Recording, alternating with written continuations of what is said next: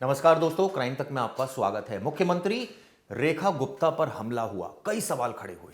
अब आपको बता दूं, 20 प्लस हथियारबंद सीआरपीएफ जवान अब तैनात रहेंगे, यानी कि दिल्ली पुलिस से सीएम की सिक्योरिटी नहीं संभल रही। हालांकि दिल्ली पुलिस के बारे में कहा जाता है वो भी वीवीआईपी को सिक्योर करती है, लेकिन कहीं ना कहीं लापरवाही हुई और हमने देखा कि आरोपी राजेश किस तरह से हमला कर दिया सीएम पर। अब इसको लेकर केंद्र सरकार ने बड़ा फैसला लिया। उन्होंने कहा कि विवाद ना हो, इसलिए 20 प्लस हथियारबंद सीआरपीएफ जवान जो है अब वो 24 घंटे तैनात रहेंगे सीएम की सुरक्षा में। ये सबसे बड़ा अपडेट है। पहला सिक्योरिटी रिव्यू किया गया होम मिनिस्ट्री की तरफ से और ये आदेश जारी कर दिया गया। दूसरा आदेश मैं आपको बता दूं, अब उनके आधिकारिक आवास की सुरक्षा अर्धसैनिक बल का वीआईपी सिक्योरिटी ग्रुप करेगा। और अभी तक जो थी उनकी जेड प्लस सिक्योरिटी थी, अब उनको जेड सिक्योरिटी मिल गई है, यानी कि अपग्रेड हुआ है इस पूरे मामले में। हम सबको पता है कि 20 तारीख को सुबह उन पर हमला हो गया था, जब वो अपने सरकारी आवास में मौजूद थी, जन सुनवाई कर रही थी। आरोपी को गिरफ्तार कर लिया गया है। उसको दक्षिण पश्चिम दिल्ली के द्वारका में एक मजिस्ट्रेट के घर पर पेश किया गया, जहां 5 दिन की रिमांड ली गई है। अब कई सारे मुकदमे उसके सामने आ रहे हैं। यह भी पता चला है, उसकी जो मां का बयान आया है कि वो तो महादेव का भक्त है। यह भी पता चला है कि वो तो पशुओं से प्यार करता है। और एक जगह तो मैं पढ़ रहा था कि महादेव उसके सपने में आए और कहा कि पशुओं को बचाना है, वगैरह वगैरह। लेकिन अब कई सवाल, जैसे कि शुरुआत में हमने इस पूरे मामले को शुरू किया था, सवाल खड़े हो गए। 2 सीसीटीवी दोस्तों आप लोगों को दिख रही होगी। एक सीसीटीवी में जिसमें आरोपी एक बैरिकेड के पास खड़ा है, फोन पर बातचीत कर रहा है, और एक सीसीटीवी जो शालीमार बाग में उनके घर पे गया था आरोपी और अंदर घुसते हुए भी नजर आ रहा है। एक हमने देखी थी सीसीटीवी जिसमें वो बैठा हुआ एक सीट पर। ऑब्वियसली भाजपा ने आप विधायक के साथ आरोपी की फोटो भी शेयर की है, जो ये कहा जा रहा है कि ये फोटोग्राफ है, भारतीय जनता पार्टी ने शेयर की है। लेकिन अब इसको लेकर भी विवाद खड़ा हो गया है। कुछ लोग इसको एडिटेड फोटो बता रहे हैं। खैर, ये जांच की बात है। लेकिन एक तस्वीर सामने आई है सीएम की, आप देखिए, सुबह की तस्वीर है, जिसमें सीएम अब जो दिल्ली के सांसद हैं उनके साथ बैठी हुई हैं, जो तमाम सांसद हैं।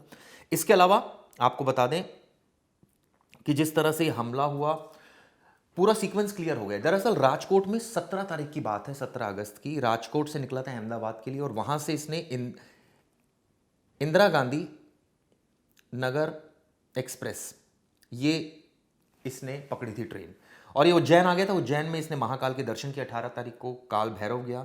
6:30 बजे फिर इसने इंदौर नई दिल्ली की ट्रेन पकड़ी बिना टिकट के। ये सुबह पहुंच गया 19 तारीख को, और 19 तारीख की सुबह हमने देखा कि ये नजर आ रहा है सीसीटीवी में। 20 तारीख को सुबह इसने हमला कर दिया, क्योंकि ये पता चला इसने कहा कि मुझे मिलना है सीएम से, तो कहा कि जन सुनवाई होगी, आप वहां पर आ सकते हैं। 19 अगस्त को सीएम के आवास में लगे सीसीटीवी कैमरों में आरोपी दिखा, यानी पहला पॉइंट। दूसरा, सीसीटीवी फुटेज में वो किसी से फोन पर बात करते हुए दिखाई दे रहा था। फिर फोन से लगातार सीएम आवास के बाहर रिकॉर्डिंग करता दिखा।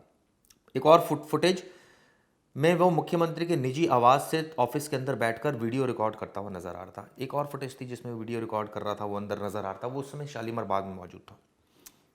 यानी कि ये तमाम फुटेज सामने आ गई, सिक्योरिटी भी रिव्यू कर दी गई। 19 तारीख की सुबह जैसे वो आया नई दिल्ली रेलवे स्टेशन पर, इसके बाद वो गुजरात भवन भी, ये बताते हैं कि वो स्टे किया, उसने गुजराती भवन में भी स्टे किया।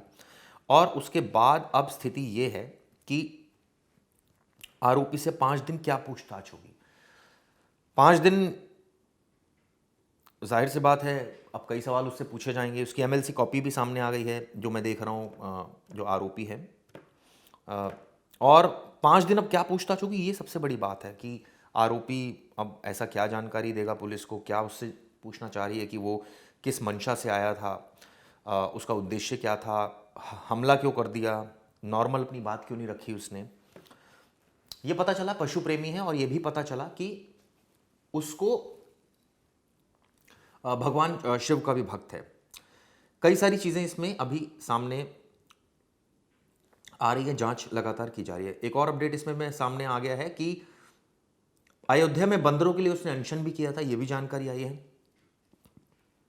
पूछताछ में उसने बड़ी अजीब सी बात बताई। उसने कहा कि उसके सपने में, आप सोचिए, थोड़ी सी विचित्र बात कर रहा है, उसके सपने में उसने देखा था कि शिवलिंग के ऊपर एक कुत्ता बैठा था, जिससे आरोपी को लगा कि शिव ने कुत्तों की आवाज उठाने के लिए उसको चुना है।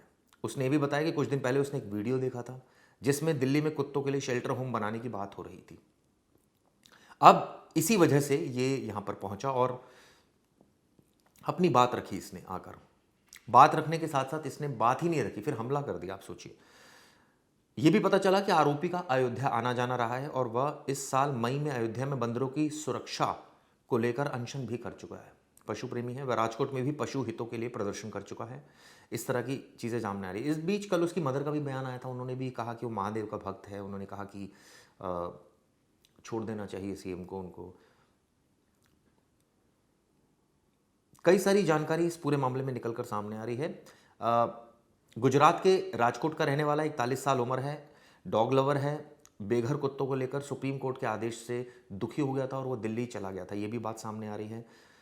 कई साल से पड़ोसियों से रोटियां इकट्ठा करके कुत्तों को खिलाता है, मतलब पड़ोसियों से रोटी इकट्ठा करता है। यह बात पता थी कि उसके घर पर ही रोटियां दे जाते थे। आरोपी इन रोटियों को इकट्ठा करके कुत्तों और गायों को खिलाता था। वो रिक्शा चलाने का काम करता है, ये भी जानकारी निकल कर आई है। उसकी जो माँ है उनका नाम है भानुबेव। उन्होंने हाथ जोड़कर सीएम से निवेदन किया है कि बेटे को माफ़ कर दें।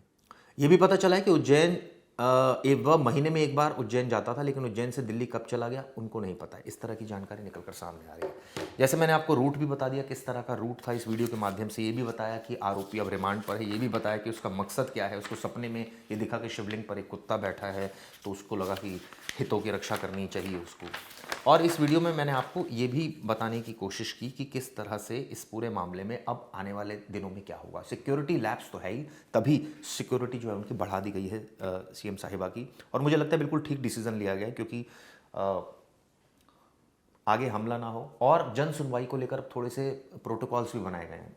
कोशिश ये की जाएगी अब सीएम के पास कोई शिकायत फरियादी बिल्कुल पास ना जाए, थोड़ा सा गैप रहे, ताकि वो उनकी बात भी सुन सके और वो उसका निवारण भी कर सके। हो सकता है कि माइक के ज़रिए वो कोई बोल सकता है अपनी बात थोड़ा दूर रहकर, ताकि एक ये सिचुएशन बने कि कोई उनको मारपीट ना कर सके, हमला ना कर सके। ये तमाम ऐसी चीज़ें हैं जो अब आगे सोचा जा रहा है।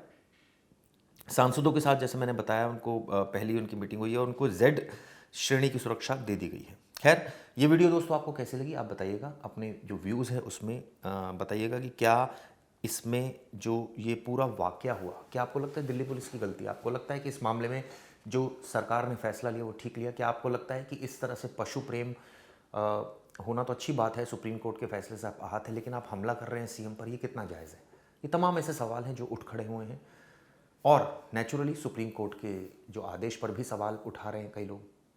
बहुत सारे पहलू हैं इस घटना के। और ये भी इसमें एक तरह से कहा जाए एक अंधविश्वास भी है, क्योंकि वो इस तरह की बात कह रहा है कि सपने में उसको शिवलिंग पर कुत्ता बैठा हुआ नजर आया, उसको लगा कि हितों की रक्षा करनी चाहिए।